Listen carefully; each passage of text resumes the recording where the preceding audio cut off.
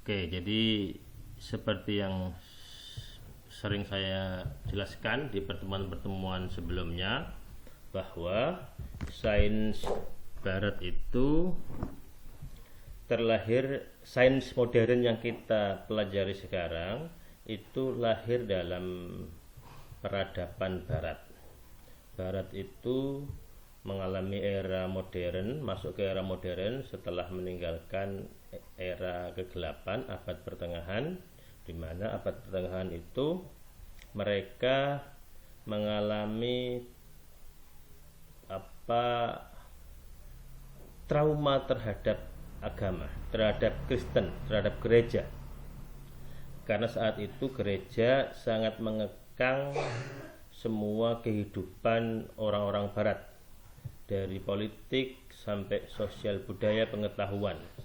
Semua pengetahuan hasil ini harus diseleksi, harus sesuai dengan pendapat, gagasan, fatwa para agamawan, para bapak-bapak gereja begitu. Nah, ketika mereka mengalami Renaissance atau Renaissance, terus masuk ke era modern, maka muncullah banyak sekali gagasan-gagasan yang cenderung anti agama.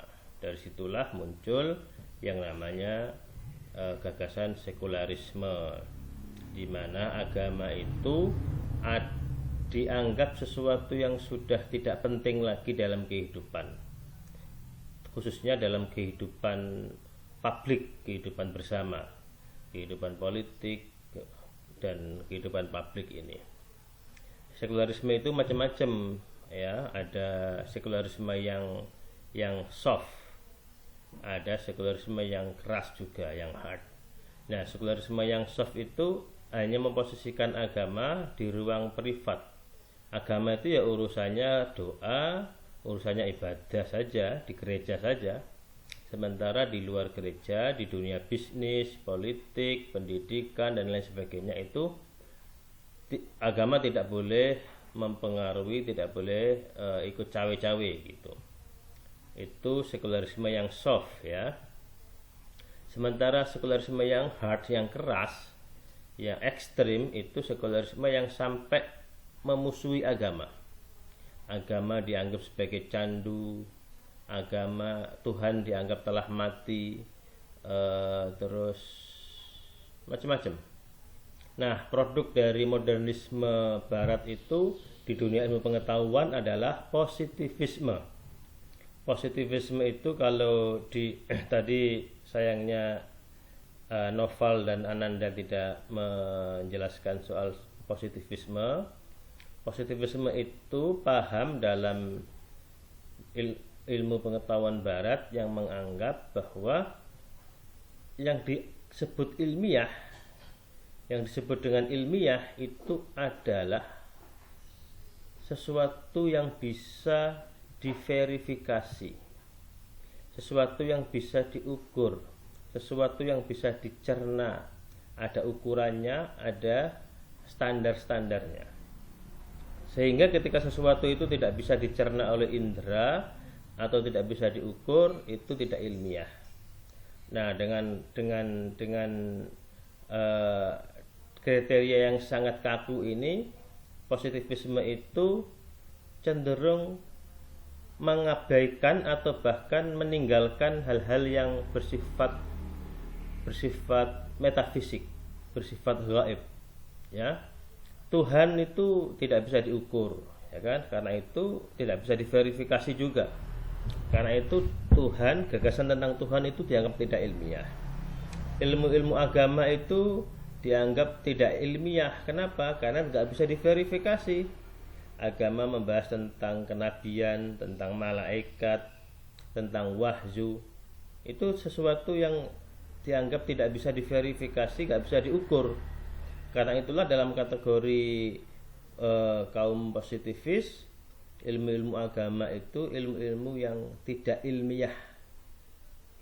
Nah, gagasan positivisme ini sampai sekarang sisa-sisanya masih kita rasakan. Ya, kalau kita lihat pendaftaran mahasiswa di kampus, Yang rame itu adalah jurusan-jurusan yang bersifat ilmu-ilmu yang bisa diukur. Ekonomi laris, ya kan? Apalagi pendidikan, terus ilmu-ilmu teknik, MIPA itu yang laris ya.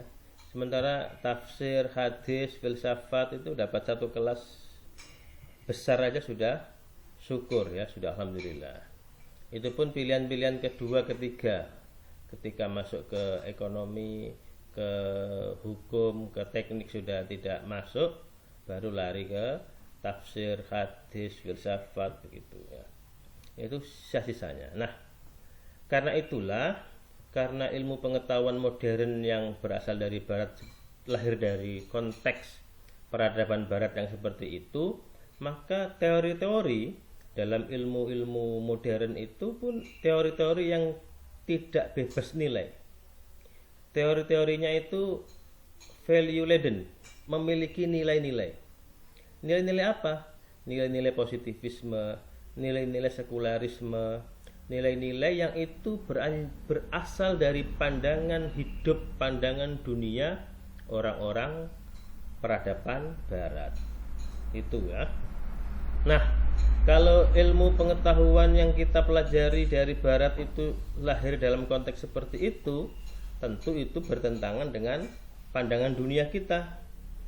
Karena bertentangan dengan pandangan dunia kita, kita tidak boleh menelan mentah-mentah semua teori-teori dari barat. Kita harus tetap mengkajinya secara kritis. Kita pelajari, tetap kita pelajari, tapi kita kritisi.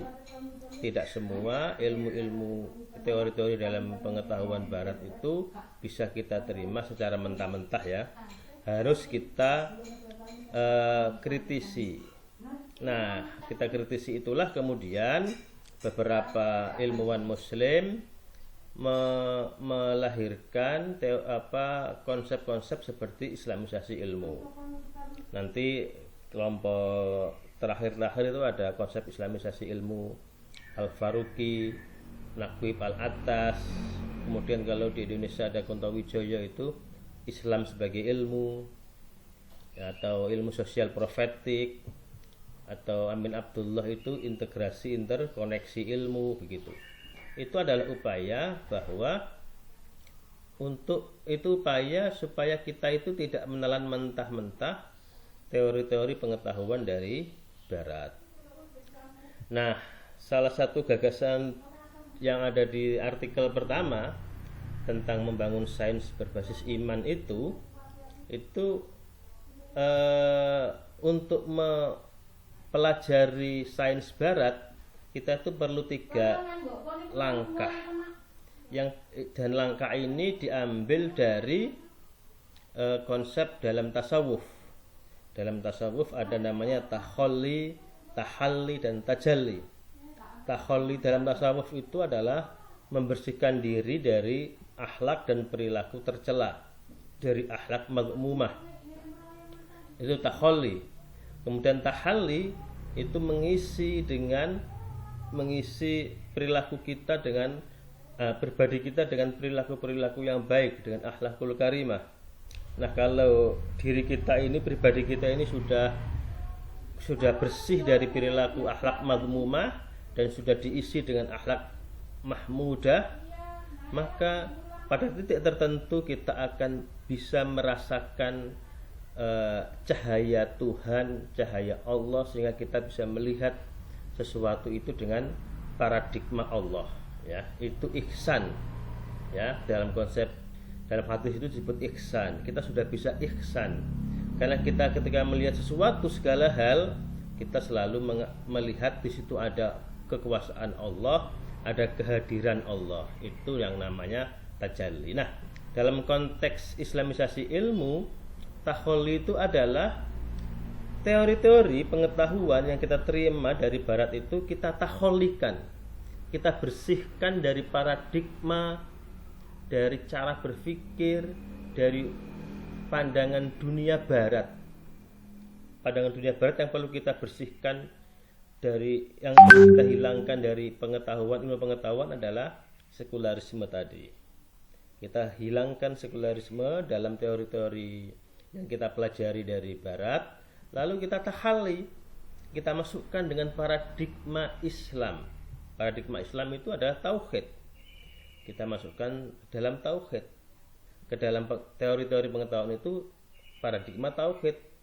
Kalau pengetahuan itu sudah kita bersihkan dari paradigma sekularisme, lalu kita isi dengan paradigma tauhid, maka ketika kita mengkaji alam dan manusia, itu alam dan manusia itu kan bagian dari min ayatillah, kan, dari ayat-ayat Allah, ayat kauniyahnya Allah. Kalau kita sudah seperti itu, ketika kita melihat fenomena alam, kita melihat fenomena manusia dengan paradigma tauhid, maka ketika kita melakukan itu, kita akan melihat kekuasaan Allah di balik semua fenomena.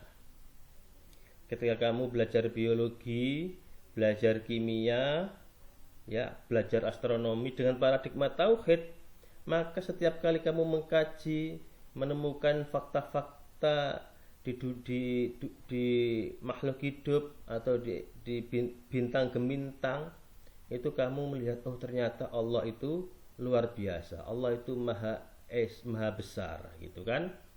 Disinilah kita ketemu dengan konsep ulul albab.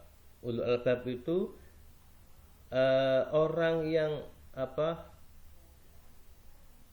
yang berpikir tentang alam semesta, dan ketika dia sudah berpikir memikirkan alam semesta, dia akan berkata ma khalaqta hadza batila. Ada ayatnya kan? Gimana ayatnya, Marsha? Ali Imran. Coba dibaca Nasar. Ali Imran gimana ayatnya itu? Inna fi khalqis samawati wal ardi wa ikhtilafil laili wan nahar la ayatin. Bukan itu. Alladzina yadhkurunallaha qiyaman wa qu'udan wa 'ala junubihim wa yatafakkaruna fi khalqis samawati. Ya kan gitu kan? Terus belakangnya apa? Gimana belakangnya? الذين يذكرون الله قياما وقعودا وعلى جنوبهم ويتفكرون في خلق السماوات والأرض ما خلقت هذا باطلا سبحانك فقنا عذاب النار. Gitu ya. Jadi yang disebut ulul albab itu, profil ilmuwan muslim itu ulul albab. Ulul albab itu alladzina yadhkurunallaha qiyaman wa qu'udan. Orangnya itu taat beribadah kepada Allah. Wa yatafakkaruna fi khalqis samawati wal ard. Dan dia juga memikirkan fenomena penciptaan alam, bukan hanya alam tapi juga fenomena kehidupan manusia.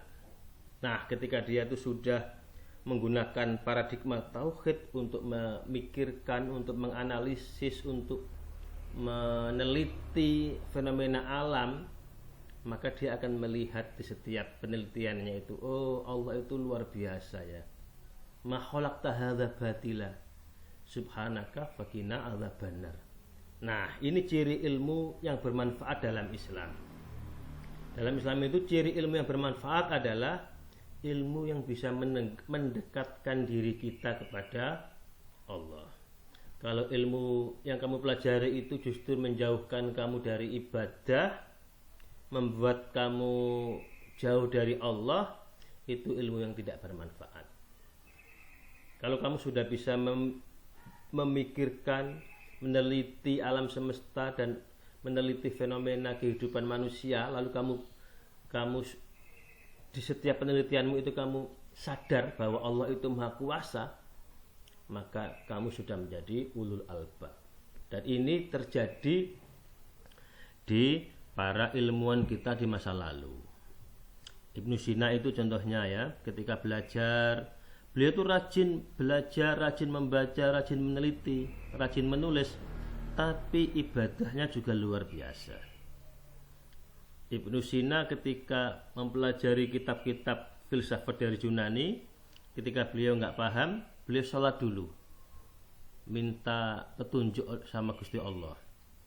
Nah, setelah sholat lalu beliau membaca. Nah, ternyata ketika beliau belajar filsafatnya itu tidak menjauhkan, tidak membuat para ilmuwan muslim di masa lalu lupa ibadah. Justru semakin membuat dia ingat Allah, semakin membuat dia taat pada Allah. Itu ciri ilmu yang bermanfaat. Nah, kalau teman-teman, karena itulah teman-teman kalau belajar semua bidang ilmu terserah, perlu dilakukan tadi. Kita perlu kritisi dulu. Ilmu ini mengandung asumsi-asumsi apa? Kalau dia mengandung asumsi-asumsi sekuler yang anti Tuhan, buang asumsi-asumsinya. Lalu dimasuki dengan asumsi-asumsi yang berasal dari paradigma tauhid. Itu namanya taholli lalu tahalli. Itu. Kamu boleh belajar sosiologi, boleh belajar teori-teorinya Karl Marx gitu umpamanya.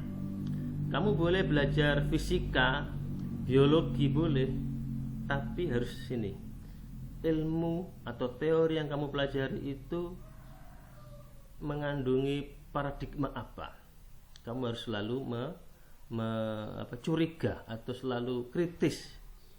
Kalau dia mengandungi paradigma sekuler, ya, kamu pelajari, lalu kamu buang paradigmanya.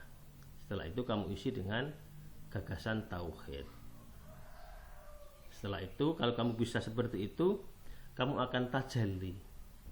Ya, cahaya Allah itu akan turun ke hatimu, ke diri kamu, sehingga ketika kamu melihat sesuatu, kamu itu yang tampak adalah kekuasaan Allah. Ya, ini gitu. Ada yang mau ditanyakan?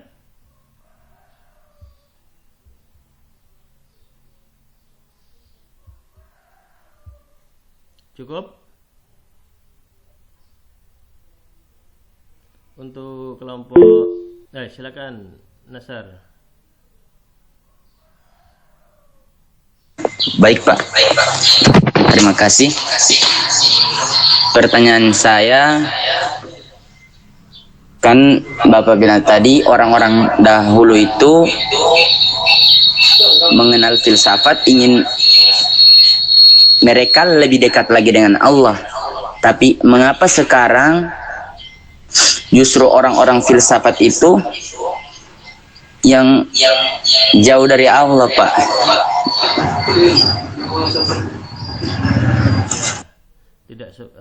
Tidak semua yang belajar filsafat itu jauh dari Allah ya. Cak Nur contohnya. Cak Nur itu dulu S2, S3-nya juga filsafat Islam. Tapi istrinya bercerita, Cak Nur itu tiap pagi bangun jam 2, sholat tahajud, habis itu baca Quran, habis subuh nulis, terus sampai subuh sholat, habis sholat nulis sampai pagi, habis itu ngajar. Seperti Mulyadi Kartanegara itu juga S1, S2, S3-nya belajar filsafat, tapi tidak membuat dia jauh dari Allah. Nah tadi, kamu belajar semua ilmu, kalau tidak memakai paradigma tauhid, kamu akan menjadi orang yang jauh dari Allah. Tapi kalau kamu menggunakan paradigma tauhid, kamu akan bisa semakin dekat kepada Allah. Semua bidang ilmu. Kamu belajar tafsir hadis pun seperti itu. Ada banyak orang, khususnya orang-orang orientalis itu yang belajar tafsir hadis, hafal tafsir, hafal Quran, baca kitabnya lancar, penguasaan turasnya luar biasa, hafal ribuan hadis, tapi mereka justru yang dicari adalah kesalahan-kesalahan dari Islam. Kenapa? Karena sejak awal dia punya paradigma yang salah. Gitu, ya. Ada juga banyak orang yang belajar Islam memang betul mencari kebenaran, lalu dia masuk Islam. Ada banyak, ya. Jadi sejak awal ketika kamu belajar niatnya dulu atau paradigmanya dulu yang ditata. Kalau paradigmamu salah, nanti ilmu yang kamu dapatkan juga salah. Karena itulah kamu harus selalu mengevaluasi ilmu yang kamu pelajari itu semakin mendekatkan diri pada Allah atau tidak. Kalau ilmumu itu semakin mendekatkan diri pada Allah, berarti sejak awal paradigmamu benar. Paradigma yang kamu gunakan untuk mengkaji, belajar itu betul. Tapi kalau tidak, maka kamu harus mengevaluasi paradigma yang ada di pikiranmu, ada di dirimu, sehingga kenapa kok bisa seperti itu. Gitu. Ada lagi?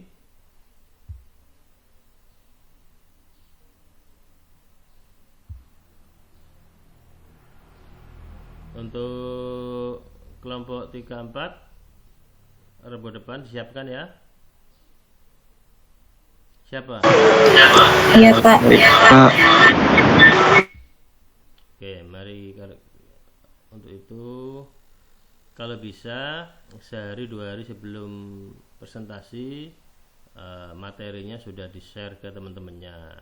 Tidak perlu difotokopi, share aja PDF-nya ke grup sehingga teman-temanmu bisa membaca. Ya. Baik, mari kita tutup dengan bacaan hamdalah. Alhamdulillah. Semoga kita diberi keberkahan dan ilmu yang bermanfaat untuk dunia dan akhirat kita. Terima kasih, mohon maaf. Assalamualaikum warahmatullahi wabarakatuh.